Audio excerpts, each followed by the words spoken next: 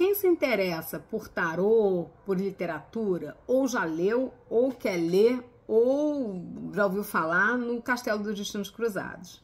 E é um livro que eu tinha no Kindle. E aí eu tenho no Kindle, já li, já reli no Kindle, mas o Kindle não é a mesma coisa. Para mim, perde muito. Principalmente porque tem as imagens das cartas, enfim. Então eu era louca para ter esse livro físico. Procurei em vários sebos, não encontrei, é um livro esgotado. E aí o meu marido achou, aí eu ganhei. Ele tem aquele cheiro de sebo maravilhoso. E esse livro ele foi lançado na Itália em 73, aqui no Brasil em 91, pela Companhia das Letras. Essa edição de 91, imagina minha felicidade. E eu reli. E aí eu reli com outro olhar, e eu gosto disso, de reler alguns livros e a gente vai tendo um outro olhar diferente de quando eu li a primeira vez. E aí eu queria falar sobre ele. Primeiro assim, quem foi Italo Calvino?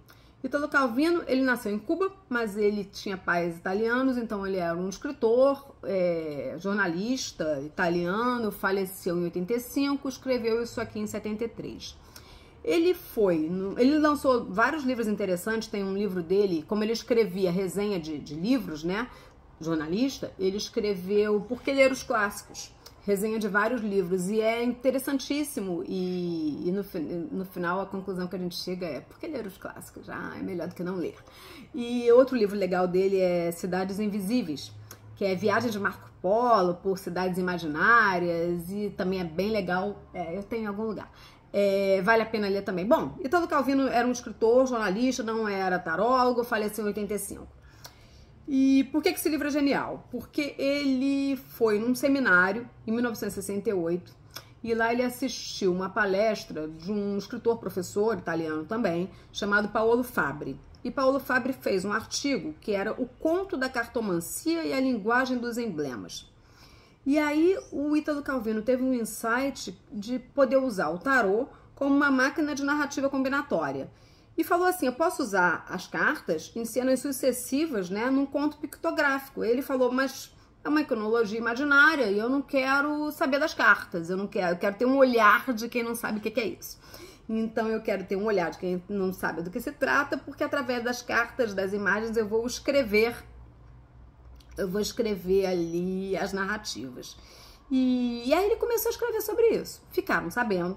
Aí a editora Franco Maia Ricci, em 69, quis relançar o Tarô Visconde Sforza. Então quis relançou numa caixa bonita, uma edição de luxo, e convidou o Italo Calvino para escrever um livreto naquele presente, naquela edição comemorativa. E assim ele o fez. Só que quando ele foi escrever, ele se deu conta de que ele estava escrevendo usando Marcélia. E aí ele teve que fazer uma adaptação. Então ele reescreveu. Por que isso? Porque a diferença do Visconde Sforza por Marcélia é grande. Primeiro que ele, no Visconde Sforza, as cartas perdidas do Diabo e da Torre, foi perdida as imagens, então ele não tinha.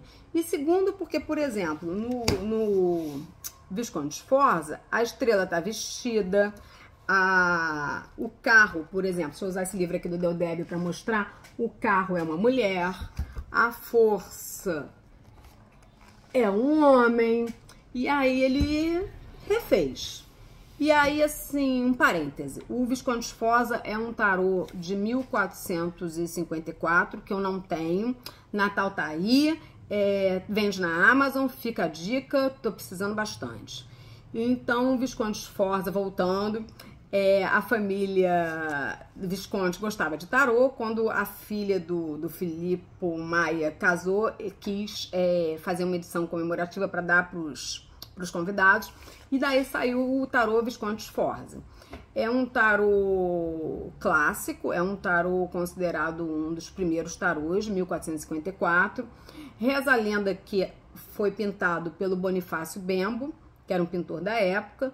Só que a pesquisadora Isabelle Nadolny, ela falou em seus estudos que provavelmente não foi o Bonifácio Bembo como se imaginava, mas foi o Francesco Zaratari, porque se parece mais com o traço dele, ele também era próximo à família do Duque Francisco Sforza. Mas enfim, isso não vem ao caso, vamos voltar aqui ao Castelo dos Destinos Cruzados. Aí o Ítalo, que estava fazendo um texto baseado no tarô de Marsella, se voltou e fez o Castelo dos Destinos Cruzados, foi lançado naquela edição comemorativa do Visconde Sforza. E aí ele ficou com aquilo na cabeça, puxa, mas eu queria fazer agora continuar um outro texto, e ele lançou o outro texto, Taverna dos Destinos Cruzados, usando a iconografia do Marsella.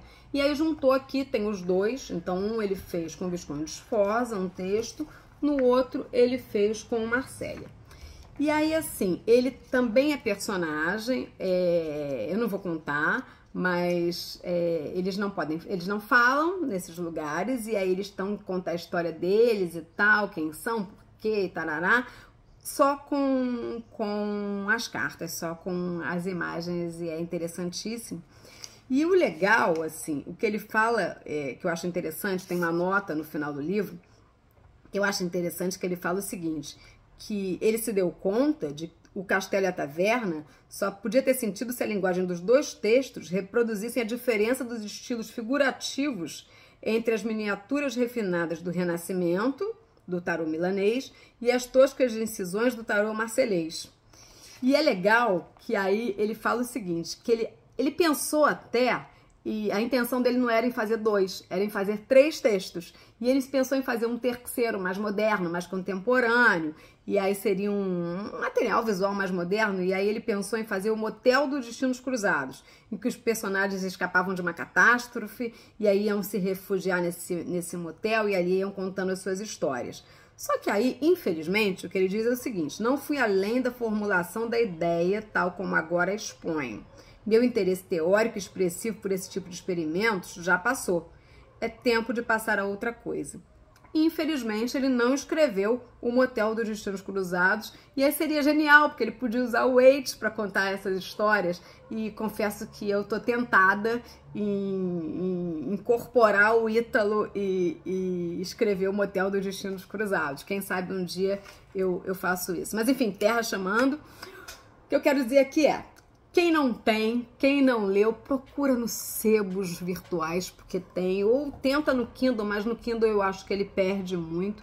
É um livro genial, o Ítalo Calvino é um escritor genial. Quem puder, leia os outros livros, Cidades Invisíveis, eu sou suspeita. E quem quiser me dar o Visconde Sforza de Natal, fica a dica. E vem comigo que no caminho eu explico.